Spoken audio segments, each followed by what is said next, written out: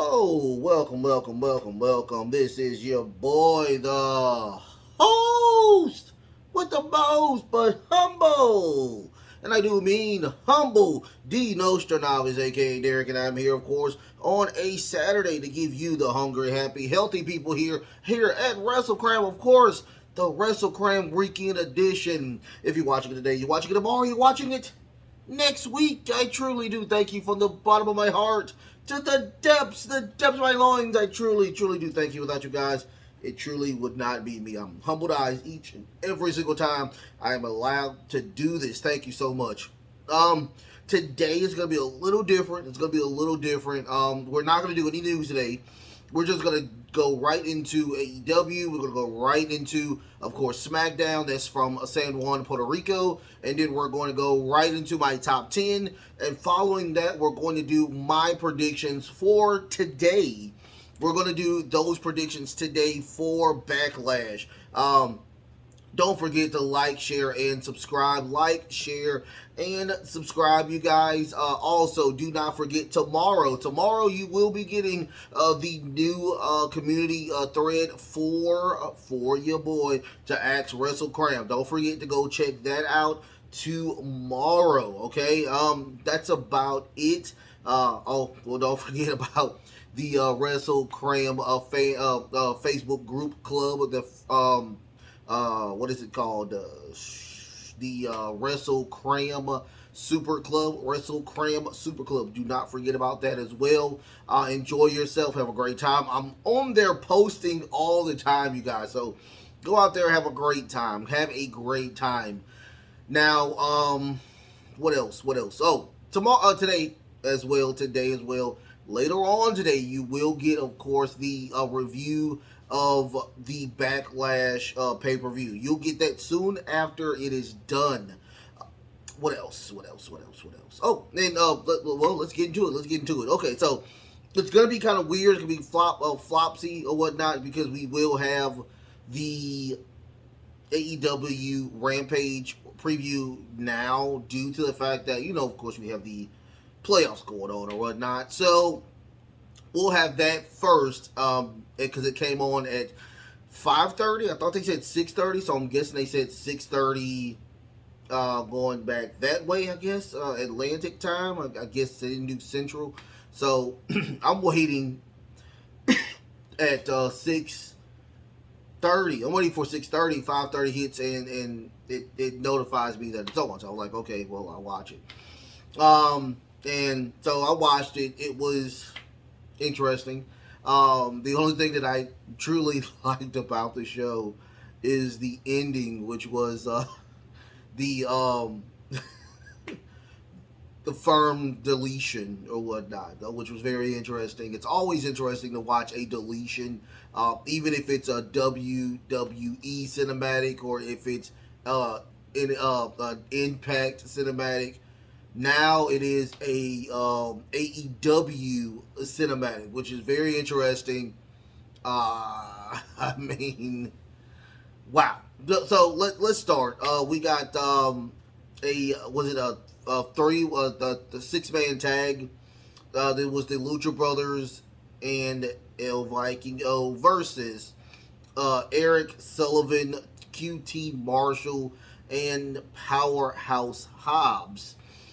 This match was okay. Once again, I'm not the biggest fan of watching the AAA champion just mutilate his body. It's just every time I see him, it is truly cringeworthy. No disrespect to the AAA champion. I think he does a okay job, but I kind of lean toward Jim Cornette when he talks about, of course, the situation with them just being trampoline cowboys, that I kind of do agree with them to a certain extent. He's out there just putting on move after move after move after move, and it's just not something that I want to see on my TV. Now, the Lucha Brothers, they are a little bit more tolerable, I can say. I enjoy them more because they do have more spots more striking ability. They give a story somewhat better than the AAA champion. So we did get a lot of Powerhouse Hobbs destroying pretty much all of the members of Viking and the Lucha Brothers. We get a QT Marshall spot where he was thrown onto the table, and the big boob lady grabs him from the table, preventing Vikingo from doing that really insane move that almost destroyed his neck.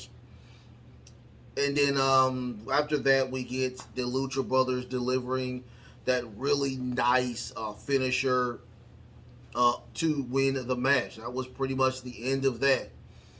And the end of pretty much Powerhouse Hobbs being Powerhouse Hobbs. I mean, it truly sucks that we don't have the Powerhouse Hobbs that we should have.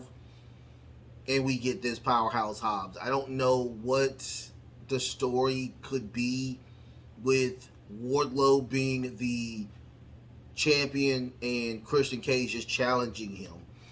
This is the third time that Wardlow had the title, and I'm guessing they're going to give it to him again and again and again. It's getting old. It's getting old real fast, and you know, I digress. But anyway, after the four-way pillar, well, the tag match with the four pillars, they had a video package of MJF storming the backstage, being completely upset and just throwing stuff around because he doesn't want this pillars fatal four-way. Of course, he wants just a match where Sammy Guevara just goes down and he pins him, and that was the end of that. But you know, since they did lose, he is now livid. He's upset. Now he knows he has to face all three opponents because of the situation between Sammy Guevara and MJF. Now, they are no longer friends. That was not good. I hate that is the situation because I truly enjoyed their on-screen friendship, and now we don't have that anymore. I mean, that was really not good. On to the next segment. This is Chris Jericho. He was supposed to be at the announce table because he is one of the announcers for Rampage, but we did not get that. So we get an interview from Lexi. We get that where she's knocking on his dressing room, and she asks, he says, are you the only person there? She says yes. So he does apologize to Lexi, apologizes, of course, to the fans. And he says that due to the attack by Adam Cole, he cannot be at the commentator's desk at AEW Rampage. He is going to make sure that Adam Cole is no longer in the same arena as Chris Jericho. He's working on that right now. Then he slams the door. He says, lock the door. They lock the door. That was the end of that. After that, we get a very quick match with Jade Cargill with Gina Scott, enhancement talent from, I'm guessing, Baltimore. Very quick match. Very quick match. We got a Bigfoot, and then after that, we get the Jaded for her to be go to 57-0. Can I talk about this for a little bit? Just for a little bit. What is the purpose of Jade Cargill continuously winning over and over again to not have a storyline? I mean, she has the look. Out of all the superstars in any wrestling organization, to me, she is the most beautiful specimen out there. I mean, goodness gracious, she looks like she's chiseled out of stone. She has a great mouthpiece as well when it comes to her mic skills. They are sending her out not only to do press now, but she's praising the right people like CM Punk. But yet we still have her beating enhancement talent and people that are coming into the new wrestlers or whatnot, like Taya Valkyrie. Now, The only thing that I can possibly think of is that they are trying to have her face Chris Statlander, which I got up there. I have Chris Statlander up there. So that's the only thing I can possibly think of, is that they're going to have her drop that belt to Chris Statlander. But how many more opponents will Jade destroy to get to that world title? I mean, it's written all over everybody's face that there's nothing for Jade Cargill to do. I blame management now. I truly blame management now. I mean, this is getting to a point where it's truly a head scratcher, where she is just sitting here and doing nothing. She's going out there, she's having these 3-minute matches, and that's it. I mean, we need to do better with Jade Cargill and see what more we can give her. I mean, have her drop that title, for crying out loud. It is time for her to go to the main roster. It is time for her to get that women's world title. It is time for her to ascend the throne in AEW and make her the top person on the card. I mean, either that or or let WWE get her, because WWE has an eye on her. But this is just getting old. I mean, this is just getting old real fast. I mean, well, it's gotten old a long time ago.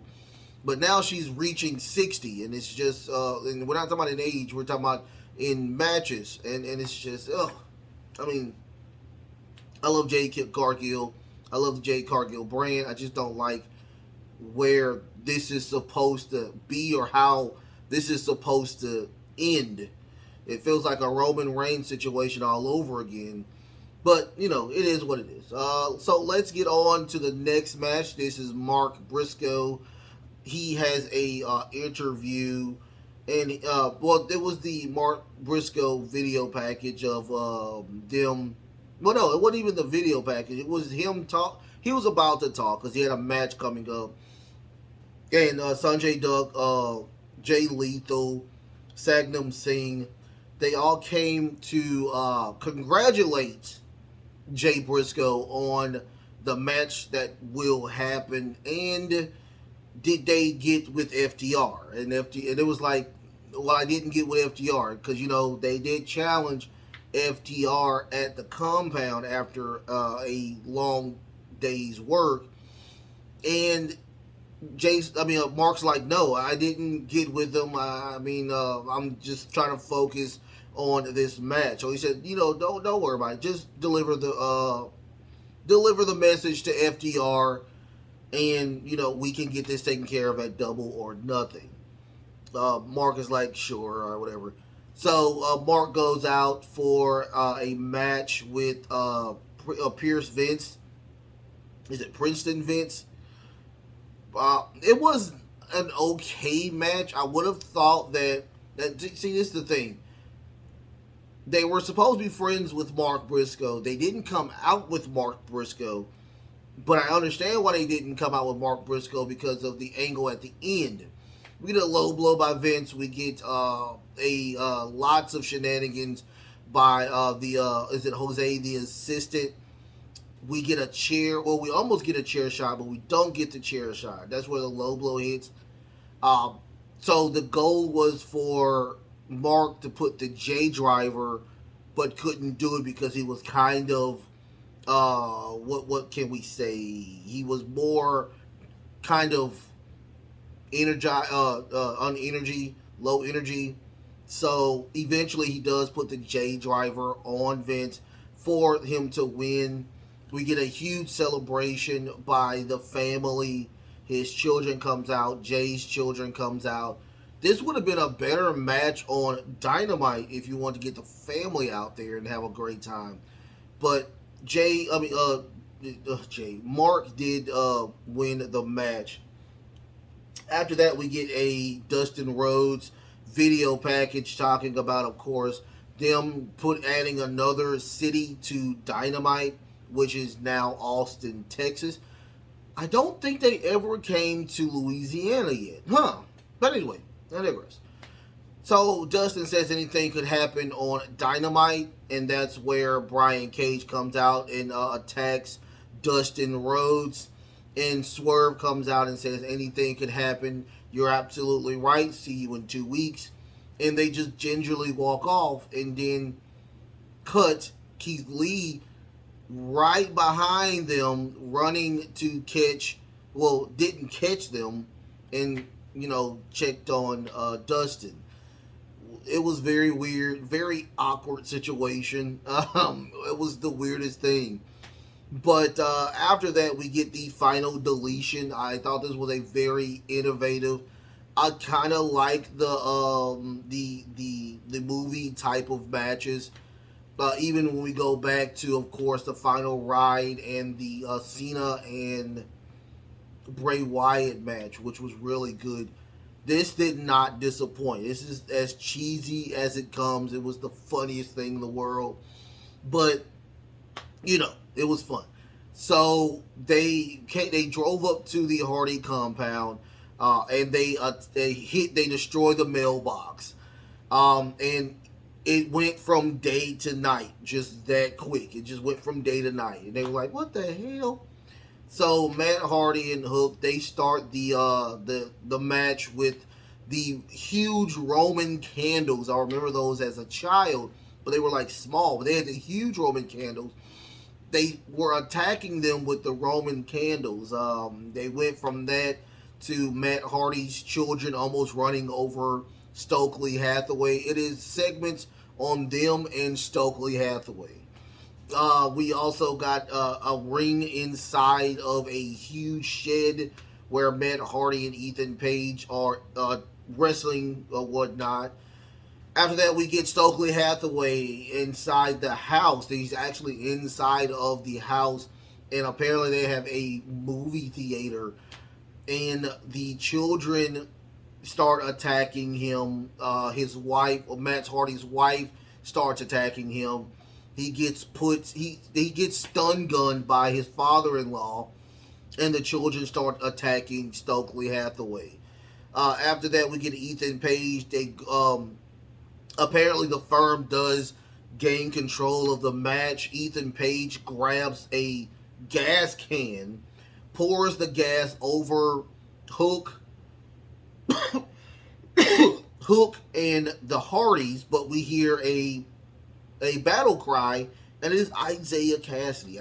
Isaiah Cassidy comes out of nowhere with a beautiful suicide swanton off the top of a huge container.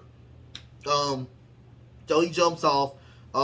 They gain control again, and there's another segment of Stokely being thrown into this another ring, or probably the same ring. I don't know. So we get the oldest of Matt Hardy's children. He does a swanton off the middle rope, and his wife says, "Oh, it's bedtime now, so y'all need to go." So they leave. It's the craziest. We get Axel. That's his youngest, Axel. It was just the funniest thing. So after that, the Hardy group finally gains control of the entire situation. Everybody puts their finisher on Ethan Page, and we get a win by the Hardys. That's clearing them from of course, the contract that they had, the exclusive contract they had with the firm. So Jeff Hardy, of course, this is pretty much the end of this, where Jeff Hardy goes into the middle of a lot of sand, I'm guessing on the beach. He sets the fire of the logo of the Hardys, and he said, "It's thank you, Jesus, thank you for I think he's just thanking everybody that allowed him, of course, to get back to what he loves, which is wrestling." Once again, I thought this was a really innovative, very fun, a cinematic match. I hope we get more of these. These are so fun. That was the highlight of that show. I will say everything else was dog shit compared to the ending of this show. and it was so good. I enjoyed it times 12. Um, that was the end. That was the end of that. That was the end of that. I can't wait to see what they do more with the Hardys. Probably give them another an attempt title run with those tag titles, or have them face off with, of course, Isaiah for those trios titles after the Acclaim lose to, of course, the House of Black.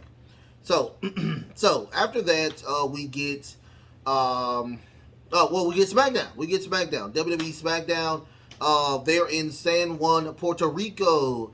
And of course, Rey Mysterio and the LWO, they started off. And Rey Mysterio is hyping the crowd up. He is speaking in Spanish. It makes me want to learn Spanish. So he comes out. They also are talking about, of course, their match. Of course, the Bad Bunny match with Damian Priest and Selena Vega versus, of course, Rhea Ripley. Out comes Judgment Day with Dominic Mysterio getting the loudest boos in the history of boos. Every time he starts to get on the mic and start talking, I mean, he's just interrupted. So Rey Mysterio challenges Dom for a WrestleMania rematch for, just for shits and giggles.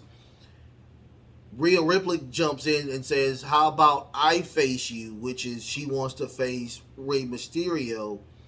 After that, Selena Vega gets in the way and looks at Rhea, and then that's where Dom gets back on the mic and says, "How about we face both of y'all in a mixed tag match?" That's going to be the main event for SmackDown.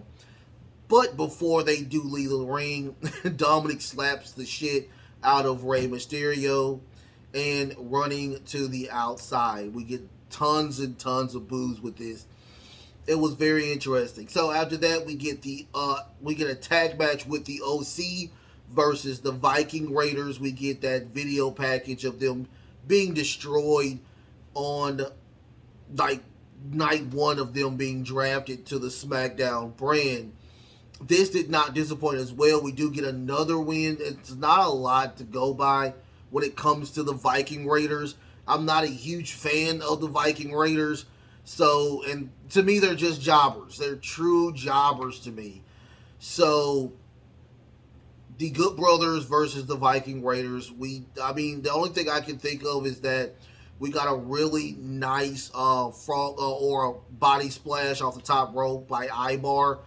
And Mia Ying, she does a stand-in drop kick on Viking Lady for them to put the Magic Killer on them and win the match. We also had AJ Styles. He was, of course, talking about the world title, and everybody else is talking about the world title. He was on commentator talking about the world title. But we do have now confirmation on how this tournament will be. There will be a tournament on Raw and also a tournament on SmackDown.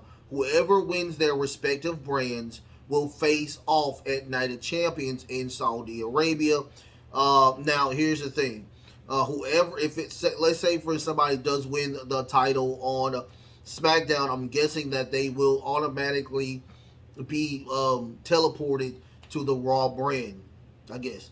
So, after that, we get a Bianca Belair promo, and she talks about Io Sky and Backlash, and also her now about to be the longest reigning women's champion in history.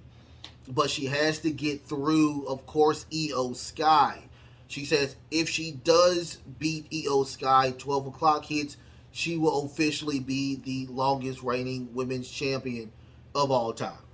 So after that, she talks about, of course, the European tour, but she talks about, of course, how great it is to be in San Juan, Puerto Rico, where she gets a lot of yays. Out comes Damage Control, and they are saying that she is Becky, Bailey talks about how she is being narcissistic, and how she is going to lose that title to Io Sky. They circle the ring. They attack Bianca Belair. Well, Bianca Belair attacks Bailey and Dakota Kai. She turns around. She was about to deck Io Sky, but she doesn't, because she's, out of all the people, she respects her more. Then Bailey pushes Bianca into Io Sky, and all three of them attack. Then we get the women's champions in Selena Vega, Raquel Rodriguez, and Liv Morgan. They come into the ring, they attack, and they pretty much send Damage Control out of the ring.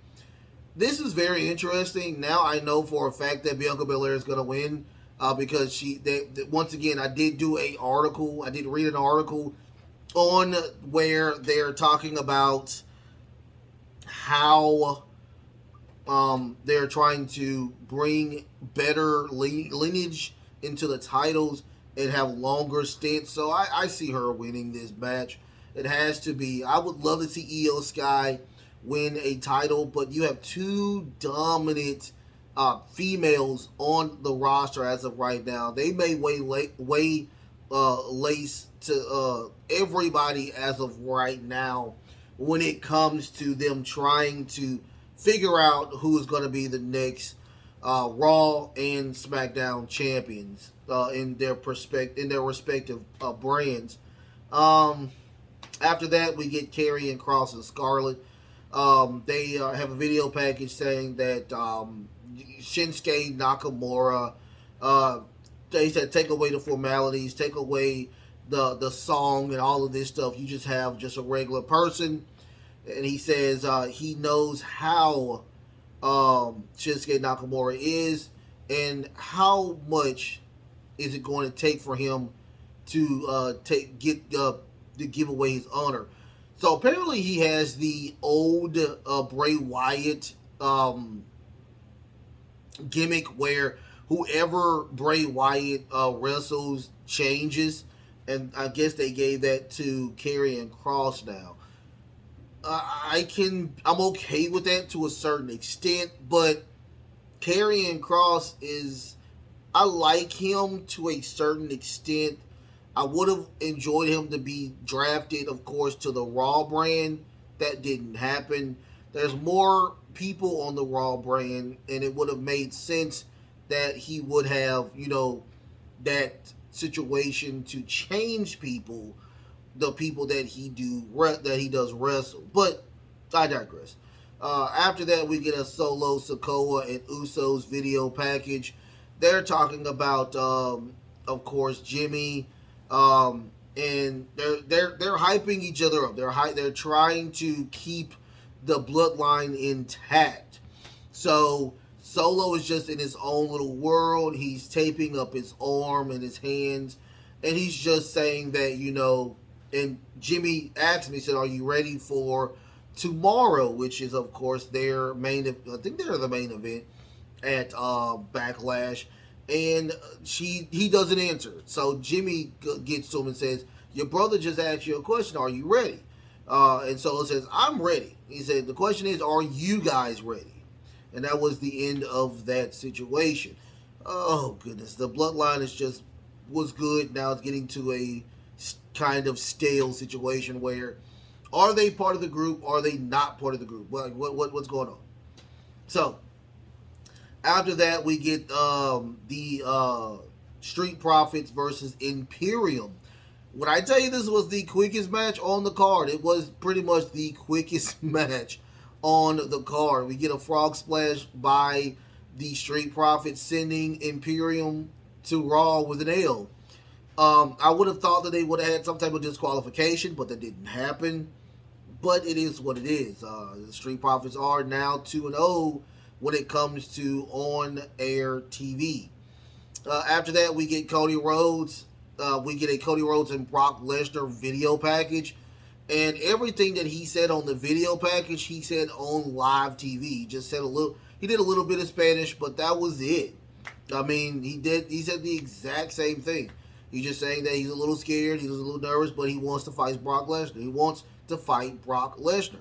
I'm okay with that. Do what you got to do. But I mean, you just did the video package, and now we're doing this, which is, I'm like, you know what? Okay, cool.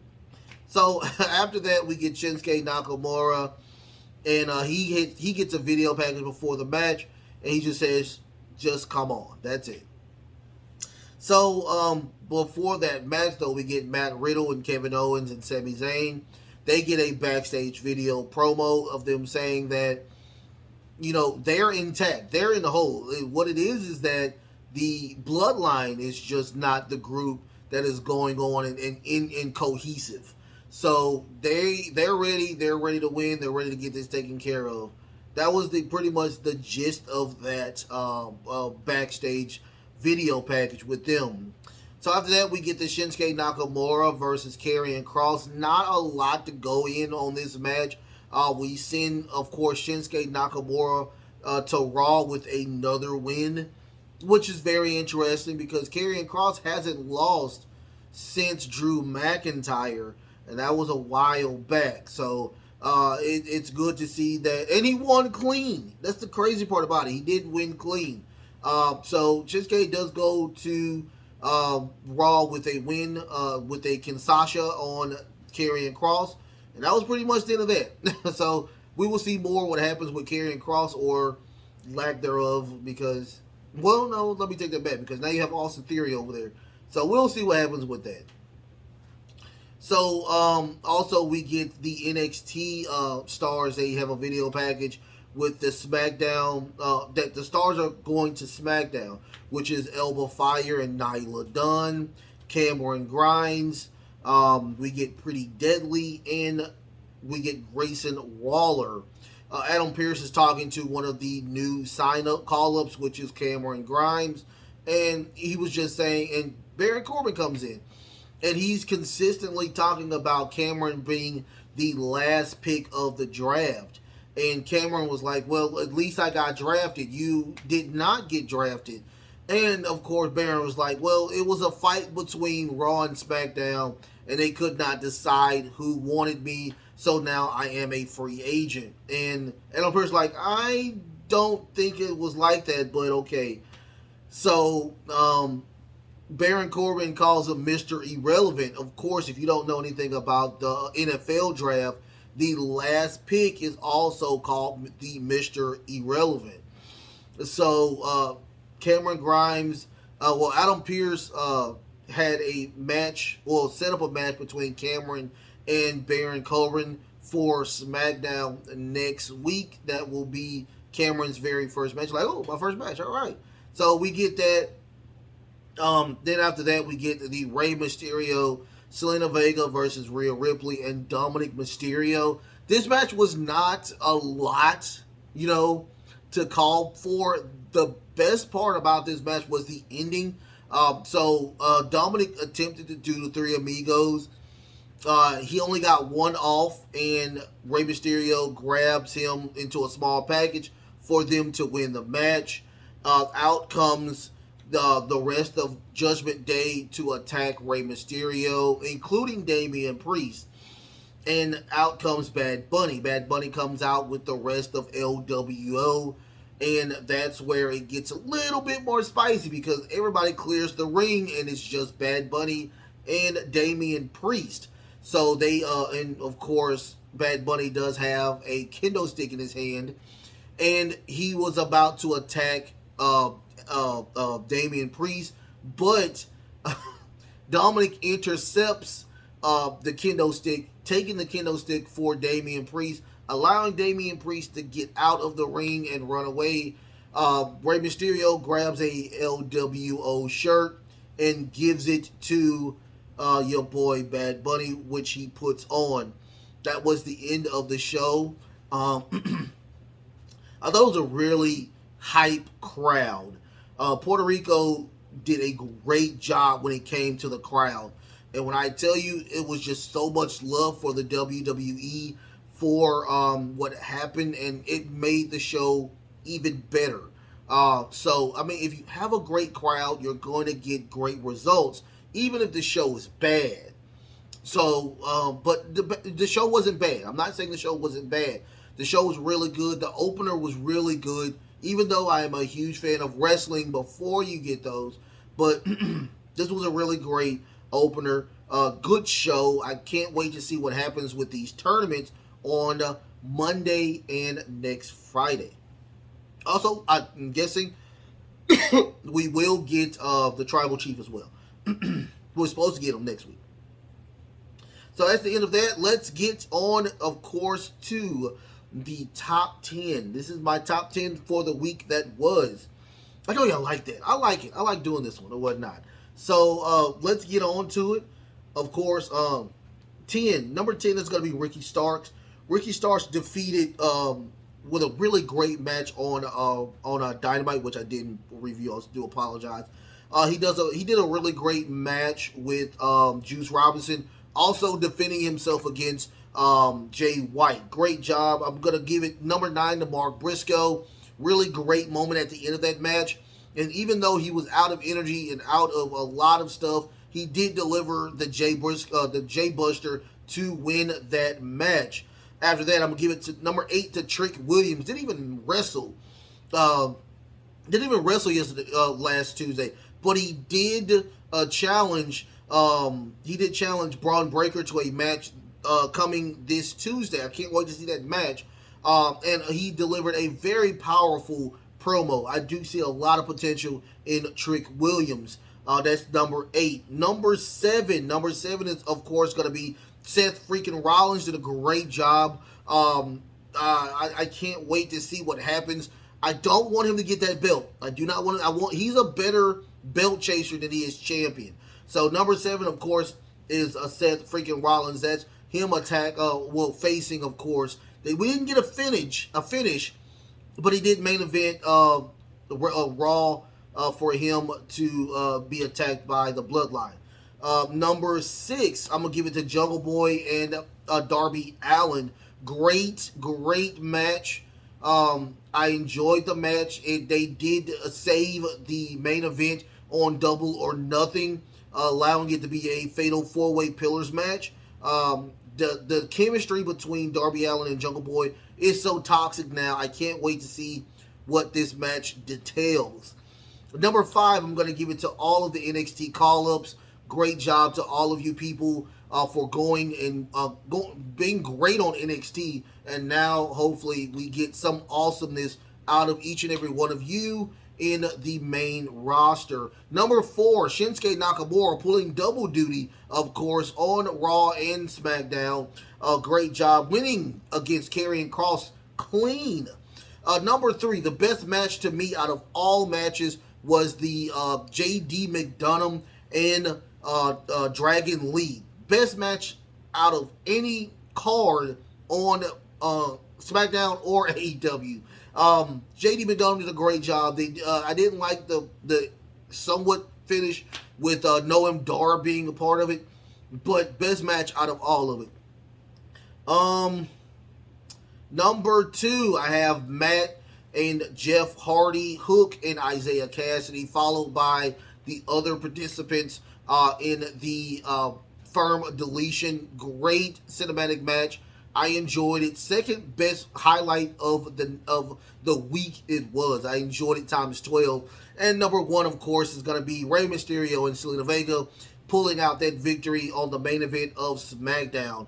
Great job of that. That pushes it toward Backlash, and a great segment because we're going to talk about my predictions on WWE Backlash. So we have 1, 2, 3, 4, 5, 6.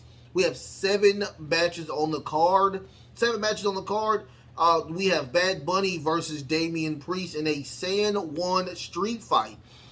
I guarantee, I put money on it, that it's not going to be just him and Damian Priest facing one another.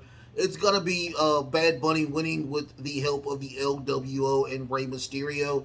Bad Bunny is going to destroy, or not destroy, but he's going to get the W with Damian Priest. against this San Juan San Juan street fight.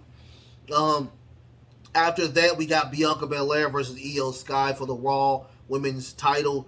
Once again, Bianca Belair is not gonna lose this title. That's just not gonna happen. It's just not going to happen. She is going to go down as one of the longest reigning women champions of all time. After that, she may drop it to Io Sky or Dakota Kai, one of those. But right now, she is not going to drop that title. Austin Theory versus Bobby Lashley versus Bronson Reed. I do see Bobby Lashley getting that title again. I just see it. I don't. Bronson Reed is on the Raw brand. I was going to choose Bronson Reed because I think Bronson Reed deserves the title. You know what? Fuck all that. Bronson Reed is going to win. Bronson Reed's going to win, sending him to SmackDown. I got Bronson Reed. He's the only ideal person to get this title. Bronson Reed. Seth freaking Rollins versus Omos. I got Omos. Come on, really? I don't see Seth Rollins winning this match. Omos is going to win. I don't care how much you give me when it comes to Seth Rollins doing a great job. He is going to sell like crap, but Omos is going to win. Rhea Ripley and Selena Vega for the Women's SmackDown title. No, this is the first title defense of Rhea Ripley. No, she is not going to lose her title, even though we have a native of Puerto Rico in Selena Vega. Selena Vega needs way more in-ring training for her to get this. No disrespect, because I think Selena Vega is gorgeous. I think she's a great person. I think she's really good on the mic, but she still needs help in the ring. So Rhea Ripley, by any chance, I guarantee that she is going to win. Now, Rhea Ripley. Now, Cody Rhodes and Brock Lesnar. This is the coin flip. This is the one where I truly think who needs the win, who needs this win, and who needs the loss. And I will say this, I truly think Cody needs this loss. It's going to extend the feud between him and Brock and have a better match. A better three-way or, a trilogy with this. So I do see Brock winning this match and Cody going into now a depression where he can't beat the top of the tops. So I do see Brock winning against Cody Rhodes. Also, Kevin Owens, Sami Zayn, and Matt Riddle. Let's go ahead and pull the Band-Aid off this feud, please. We have not seen Sami Zayn and Kevin Owens defend that title. Let's pull the Band-Aid off. Okay, so I have Kevin Owens, Sami Zayn, and Matt Riddle winning, giving Jay and Jimmy the kick out of... You can't see my foot, but I'm kicking. The kick out of the bloodline. It is what it is. Let's make this happen. Like I said, let's pull the Band-Aid off. So I do have them winning that match. So let's go ahead and do it again. Bad Bunny. Have Bad Bunny over Damian Priest. Bianca Belair over Io Sky. I have Bronson Reed over Bobby Lashley and Austin Theory. I have Omos over Seth freaking Rollins. I have Rhea Ripley over Selena Vega. And I have Brock Lesnar over Cody Rhodes. And I have Kevin Owens, Sami Zayn, and Matt Riddle over Solo Sikoa and the Usos. If you want to change, if you want to figure out who you think will be the winners, go ahead and put in the comments. Let me know who you think is going to win. Also, my top 10. Do you think it was a good top 10? Do you think it was a bad top 10? Let me know or whatnot. And also, what do you think about the Firm Deletion cinematic match? I thought it was really fun. What do you think about it? And the entire San Juan Smackdown. What do you think about that? Do you think it was fun? Do you think it was innovative? It was huge. It was like to me, it looked like an arena style show. It looked really huge. But let me know in the comments what how the SmackDown show was as well. Don't forget, like, share, and subscribe. Like, share, and subscribe. Later on today, you will get, of course, the Backlash review. It's going to be a very short review because it's not a lot of matches on the card, but you will get that as well. Tomorrow will be nothing on because I just did the weekend show, and but you will get the community tab. You'll get that tomorrow. As soon as I wake up, I will put that tab on. Okay. I love y'all so much. I love y'all so much. I will see y'all Monday on the tag in where we talk about. I think I'll bring. I think we'll talk. The very first thing we'll talk about. I don't know. I don't know yet, but I will start that script as soon as I get done, okay? I love y'all so much. The best is truly yet to come. The best is truly yet to come. Until next time, love, peace, and of course, wrestling.